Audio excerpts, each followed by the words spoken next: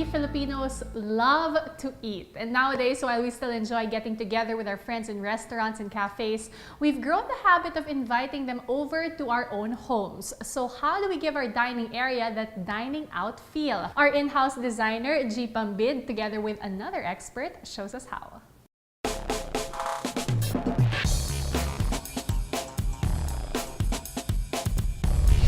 If you're the type of person who loves to entertain, or if you're the type who loves to have friends over for some good food and good conversation, especially if you're a true blue-blooded Pinoy, then the dining room is your room of choice. Pinoy spend hours in the dining room over good food. But some of us are daunted by the fact that every time we have friends over, we have to set the table. Now, what is the perfect table setting? Now, luckily, we have invited an expert to show us just that.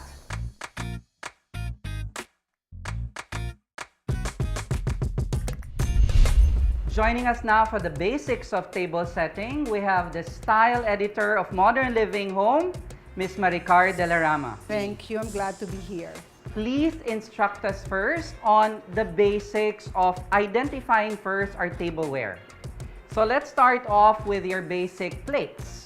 What are the different kinds? For the dinner plate, it's usually from 10 to 12 inches. Your soup plate or your pasta plate, the next size, salad plate, you can also use it as your breakfast plate. So for the dinner plate, this is usually the main courses. Yes. And for breakfast, it's like toast, Toast, ham. What's next? Then we have our smaller plates, which we can also use as your cake plate or For dessert. For the dessert, or even a bread plate. And it also is your under plate for your consomme cup. Then you have the coffee cup and the saucer. In some sets, they also have the cereal bowl. Yes. What about in terms of the cutlery? Normally, if you're going to buy a set, this 5 pieces is what you'll get. A teaspoon, dinner spoon, dinner knife, your dinner fork, and your salad fork or dessert fork. What about in terms of stemware and glassware? Usually, it's what people normally use would be your tumbler. The tumbler is used for water, juices, teas, iced teas, and sodas. So we have your red wine glass. And then the second larger one. This one, it's usually for water.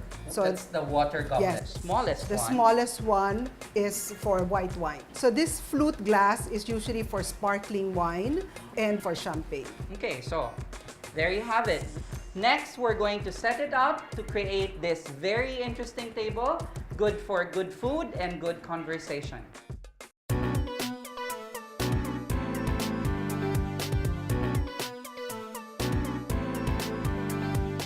Now, of course, every good table setting starts with a very nice table. We have a beautiful wooden table here. So personally, I would not want to cover it.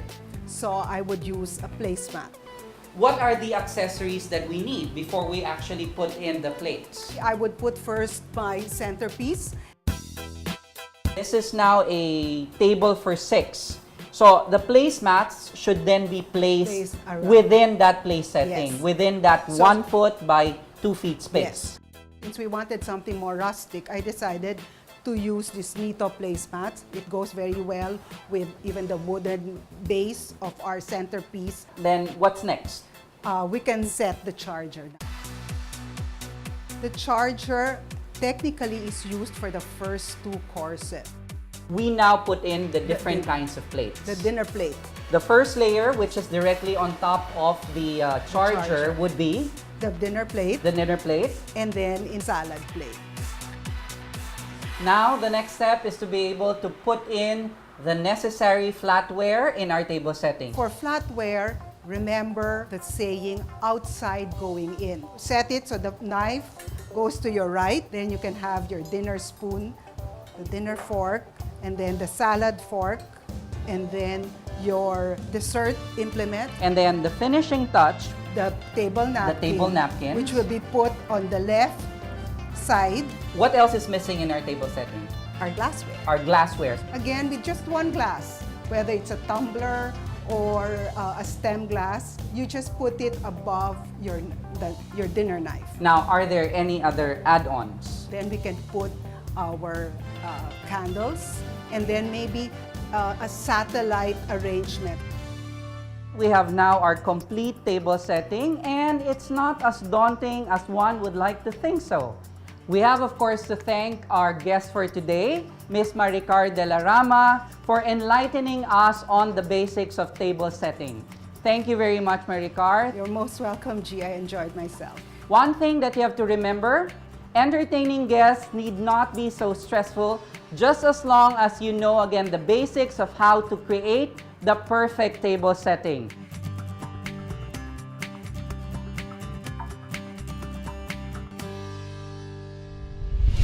Thank you for spending your weekend here with us at the Elegant Fashion Interiors showroom. And we hope to see you again next week for another round of good conversations and lifestyle inspiration. From living spaces to living life beyond its confines, This is your ultimate guide to modern living.